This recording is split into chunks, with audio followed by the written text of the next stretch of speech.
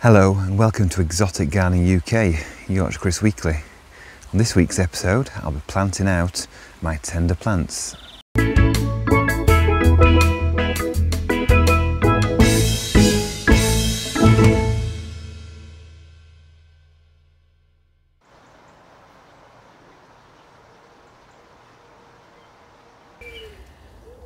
It's just gone 5 AM, so I'm speaking pretty quietly so don't wake anybody up. And this is a perfect time of day to start planting out my tender plants.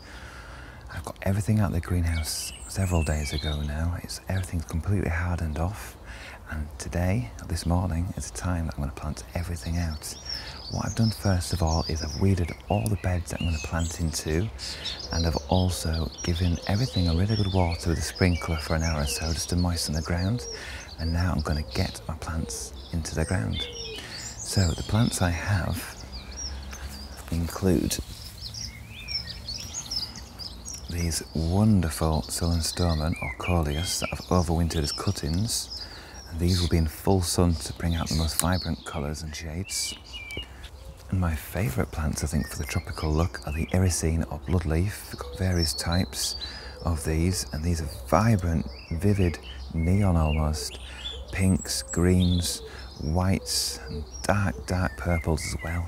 So these will go around the garden. I've got my castor oil plants, Ricinus, and these are stocky little plants, quite small and weedy really now, but once they go in the ground, they'll quickly establish, and these will be over 2 meters tall with leaves about 50 centimeters across by late summer. I've also got these very long cup and saucer vines, Cubia scandens, that grew from seed as well, and these are already about 50-60 centimeters long, and I've carefully took these apart, pried these apart, because they're all stuck together with all these tendrils, and these are going to be planted up canes and up other plants and through other plants, and these will have beautiful flowers from mid to late summer onwards. I've got various Plectranthus, got the Argentensis, the silvery one, these furry leaves, and I've got this type here with a deep purple reverse of the leaves, nice glossy upper surface, and these little hairs on them as well. These are great foliage plants, and these are so easy to root and cut into and overwinter very easily.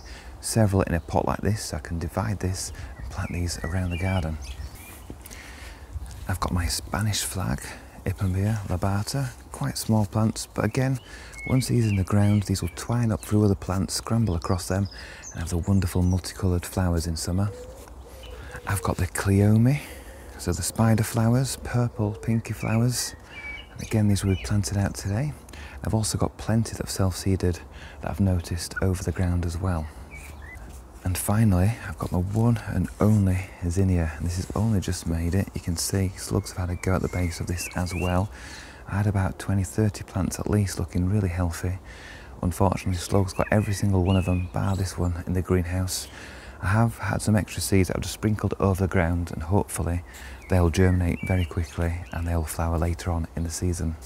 And I've got plenty of tender colocasias. I've got the pink china dotted about the garden already that's been out over winter, but then I've got the more tender ones like this LPO that will go in the ground as well.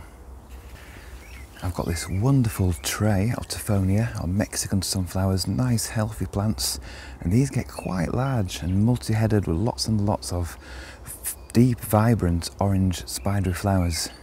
The bees and butterflies love these. And for a bit more stature in the garden, I've got lots and lots of these onset bananas. This is Haniba, it's a more tall, upright, slender form. Nearly lost a lot of these because of, as I mentioned in previous episodes, the overwintering plants got flooded out a couple of times in the greenhouse and was set back with a bit of rot, but they've just come through. Don't look great now. Give it 3 or 4 weeks, 2 or 3 more leaves, and these will look decent plants. By the end of summer, these will be absolutely huge. I've got these Begonia luxurians, quite tall shrubby begonias with these beautiful palmate leaves. I've got lots of other begonias that I've left in the ground, the bedding begonias.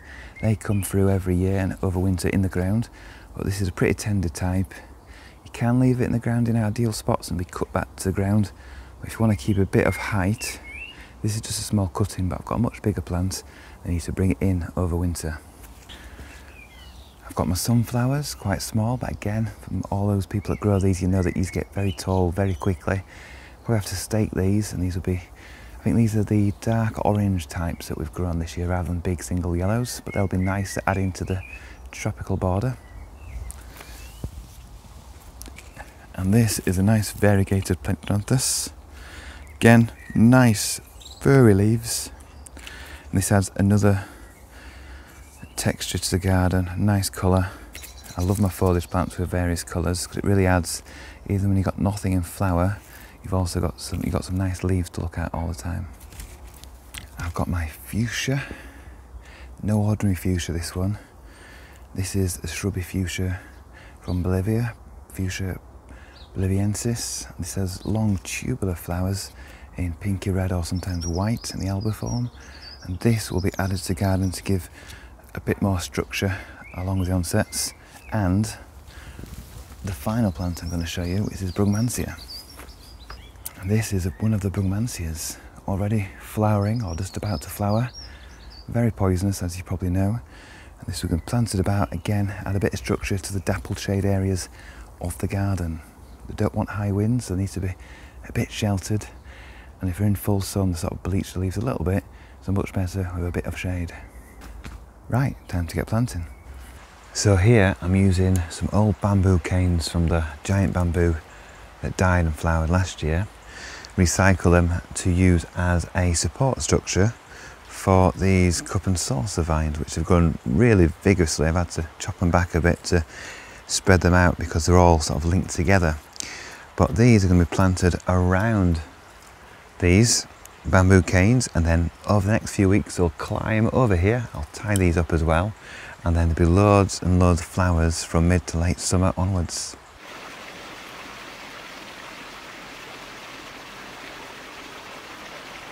So I've planted up this area of the garden. I just want to run through what plants I've chosen and the spacings that I've put in.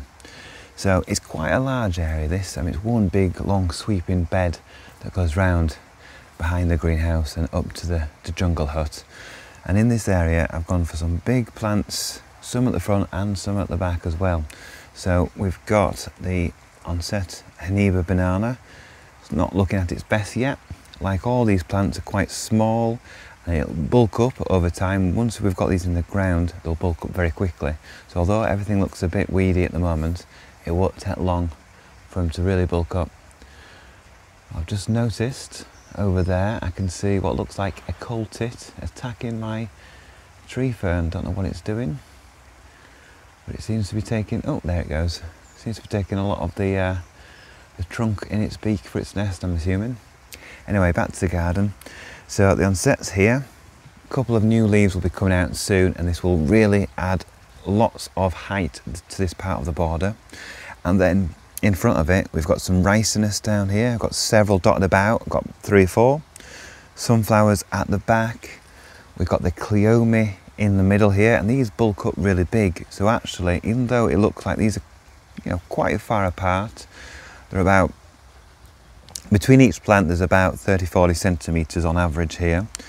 This will be actually too many plants for this area once they get going, because they'll bulk out and they'll get to be, you know, a couple of metres tall at best, these ricinus. The cleome, the spider flower, they'll get to be, again, about 1.5 metres tall, and sometimes they spread out quite wide as well.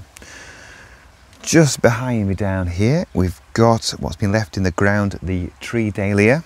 So this is Dahlia imperialis. And this will get absolutely huge, and it'll get much taller than the greenhouse, several metres tall, and huge leaves. And basically all these plants are all big plants, and they'll be jostling for the space, and they'll be trying to outcompete each other, so it'll add lots of height and drama in this area. At the front you've got the Solenstomum, and you've also got the Iracine that's planted around here, the blood leaf in neon colours. Tiny little amaranthus dotted about that you probably can't see on camera. So all this will bulk up over the next few weeks. Obviously I'll give an update in summer to show you how this area pans out. Around the corner I've got Tophonias over there, the Mexican sunflowers.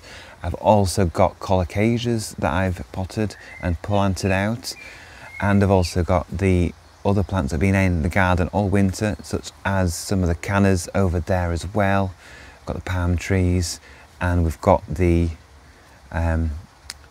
zygomarius that we moved a couple of weeks ago to add a lot of height in that middle area. And looking around, I'll show you what else I've planted.